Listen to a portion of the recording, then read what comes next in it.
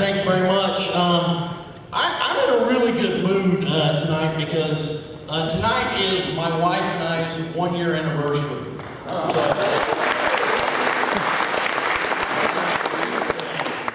Yeah, after 19 years of marriage, it was 1 year ago tonight that we actually got to have dinner without the kids. Couldn't celebrate that. My name is Ethan Barker. My dad's name is Bob. Bob Barker. Now he's not the Bob Barker, okay, but he is a Bob Barker.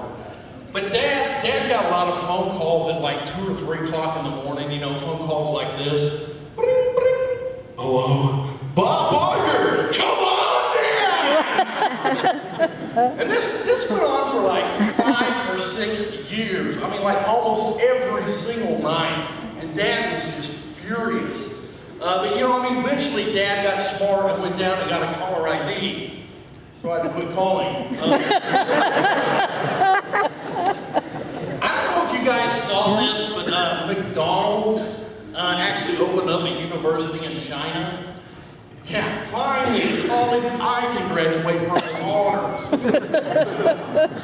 So I think that's got to look pretty good on your resume, though, doesn't it? You know, it's like, okay, Mr. Barker, so you have a PhD in McNuggetry. Oh, and you study strawberry parfait with Mayor McCheese. That's the guy we're looking for here. Graduation would probably be, you know, a little bit different. You know, I mean, you'd still be waiting in line to have your name called. Ethan Barker. Pull to the second window. Yeah, I got my diploma.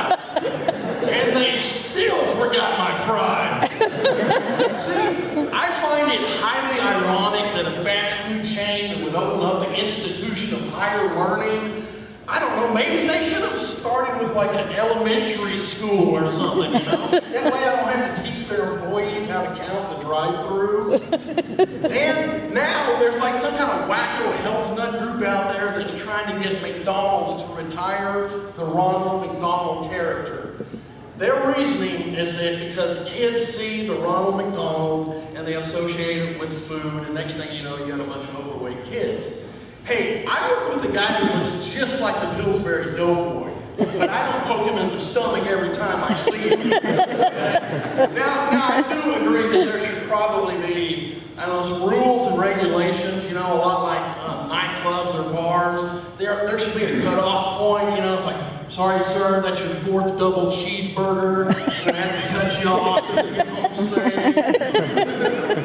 You can need a taxi cab. I mean, come on folks, 6-year-olds can't drive and McDonald's doesn't deliver. If your kid's overweight, don't blame it on the clown.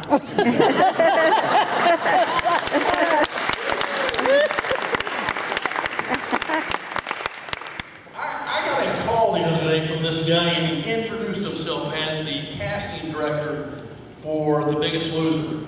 And he said that they would be interested in having me on the show. Now, I gotta admit, at first I was like maybe just a little offended because I'm not like the biggest guy that I know. But I thought, well shoot, you know, if the good people at NBC want me to be on the show in exchange for cash and prizes, who am I to say no? And the guy stops me and he goes, well, we're not actually from the NBC show, The Biggest Loser. We just want to do a documentary on your life. Went to the caller ID. Love you too, Dad.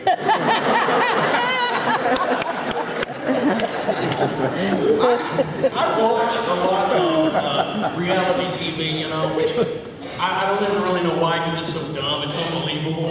But like, you don't have to watch more than like 5 minutes of the Jersey Shore to figure out your life's not so bad. You know, it's like, oh, voices in my head are telling me to play with matches, and I'm giving the kids college fund away. Hey, at least I'm not Snooki. Before I'd even seen an episode of the Jersey Shore, my kids came up to me and they're like, Dad, what do you think of Snooki?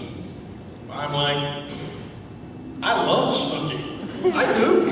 When I'm watching football, when I'm at the library reading a book, and they're like, no, Dad, that's a Snuggie.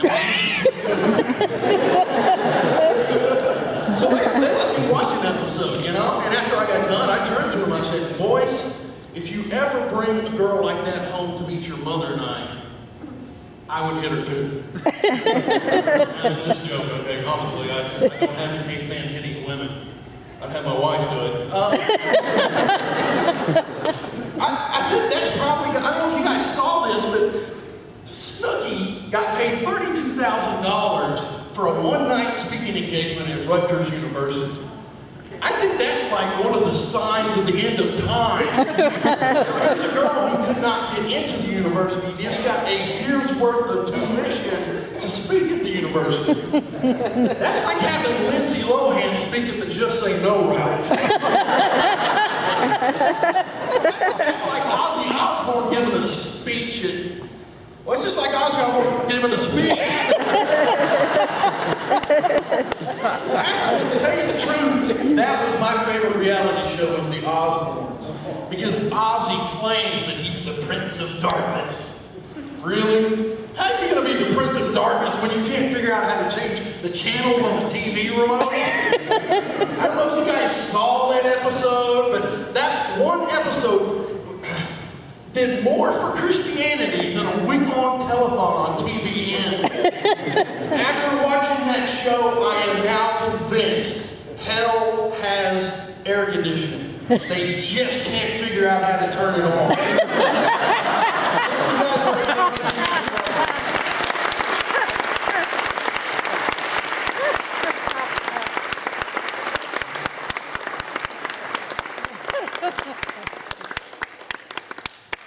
Gentlemen, I would like to bring to the stage for the first time at the Lutheran Church of Our Savior, Taylor Mason.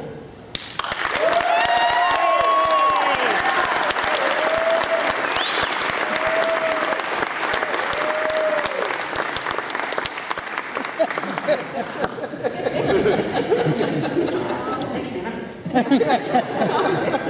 That was good. That's perfect. And nice job, Ethan. Give them both a round of applause.